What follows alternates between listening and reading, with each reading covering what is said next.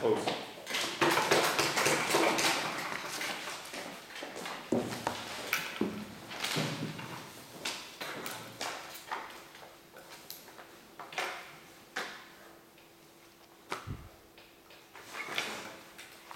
I think the opposition, may I now introduce the opposition reply?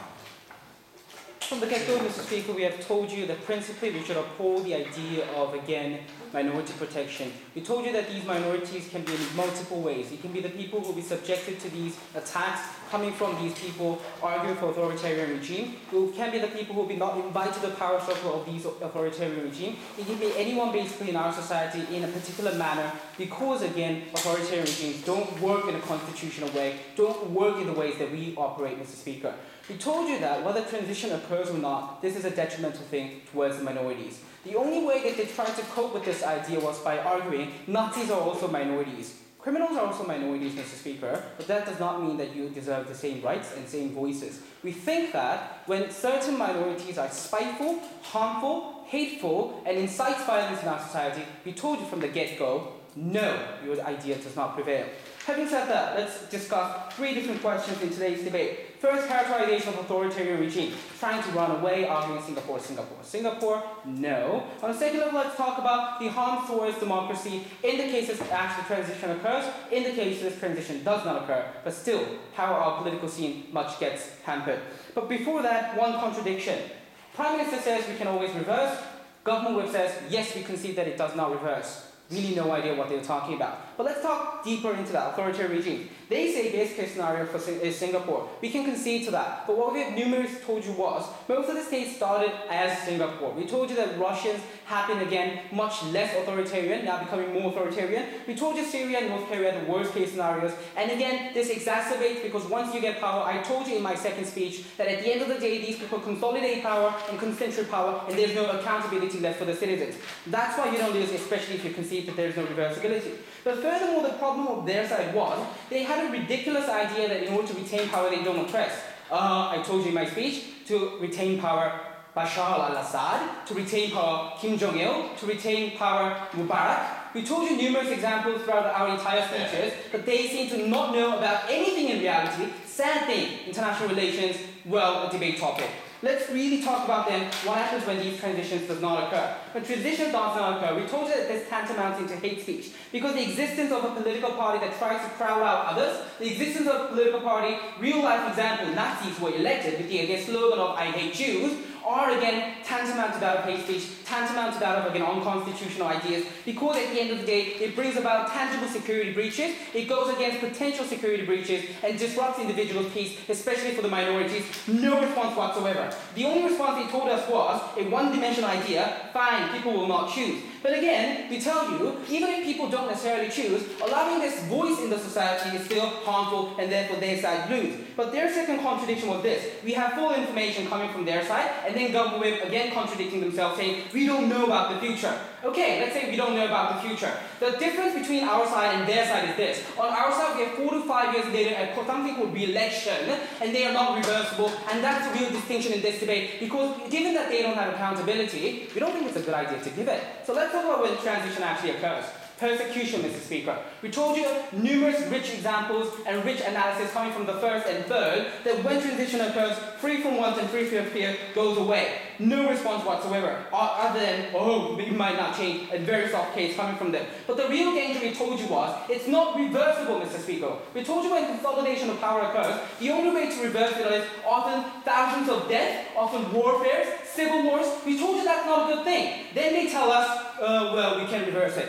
Or perhaps not reverse it. No real idea what they're talking about. We don't think it's a good idea to, again, possibly risk a civil war, possibly risk a genocide. What's the side of the opposition?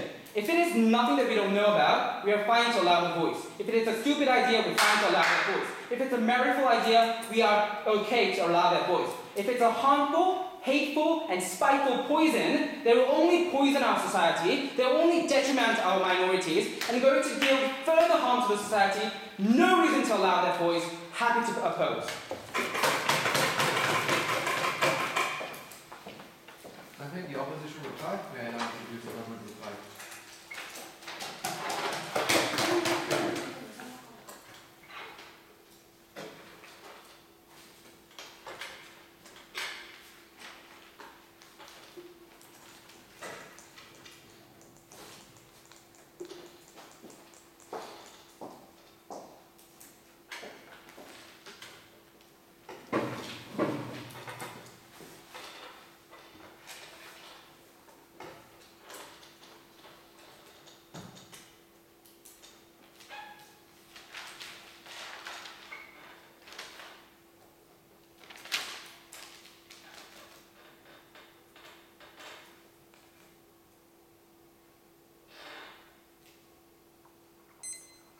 Mr. Speaker, we think all of the argument coming from the opposition side was based on a big assumption. Once this motion is passed, the majority of the citizens is going to vote for an authoritarian regime, and the worst case scenario that they so describe is always going to happen. But Mr. Speaker, I've told you that is a mere assumption.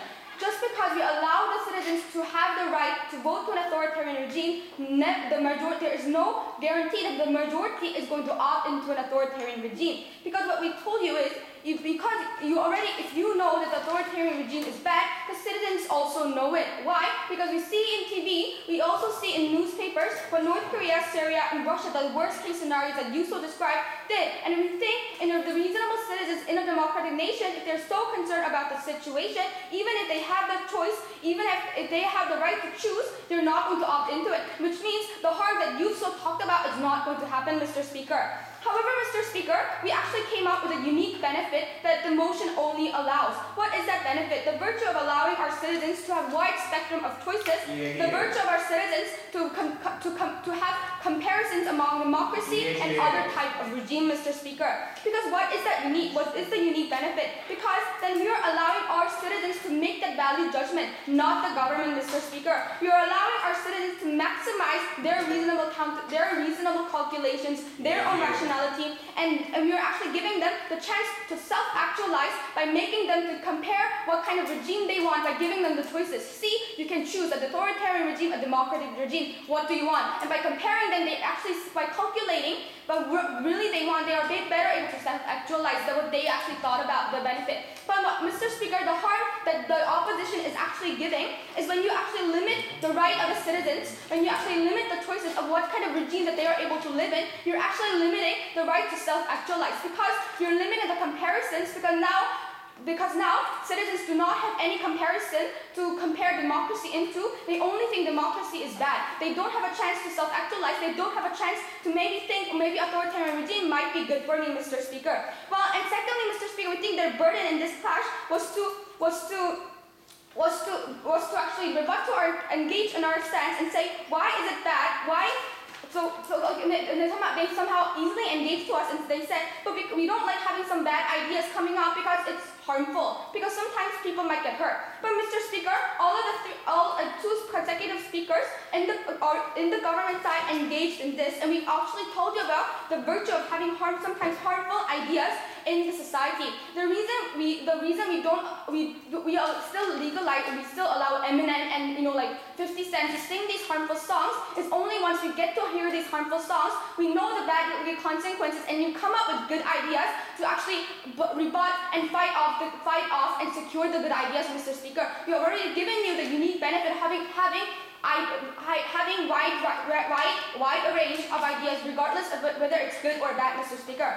And secondly, Mr. Speaker, we think, and then second, then we actually engaged into the opposition side and said, even if the authoritarian regime happens, we think it's actually good. The scenario that the government gave you is that authoritarian regime might not always be bad. Yes, we have North Korea, we have Syria, but on the other hand, we also have Singapore, where we're living in a very, very happy world, where their efficiency is very high. But the opposition never engaged to us, and they kept on pushing.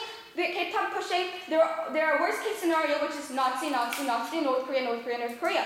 However, Mr. Speaker, we also engaged to them and said, firstly, it actually comes with the response. We think if the harms arise, it's actually the responsibility of the citizens. The reason we have responsibility is the reason we have right to choice is because citizens become responsible for the choices that they've made. That's why we are allowing our citizens to actually make the best calculations before they choose. Because, however, even if they actually come up and even if they make the harmful choices, we think it's still good. Because why? Because they actually get to account because they are able to meet that grave consequence, then they're able to realize, oh, we did this thing wrong. Now, we're going to make sure that things don't happen. Then they talk about, but there's no reversibility because we don't have any judiciary system.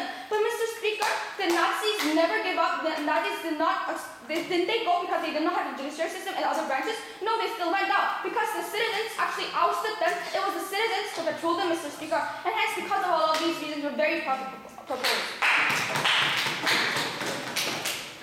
Thank you, Government. Someone reply, please cross clause and shake hands, and we go back to the object.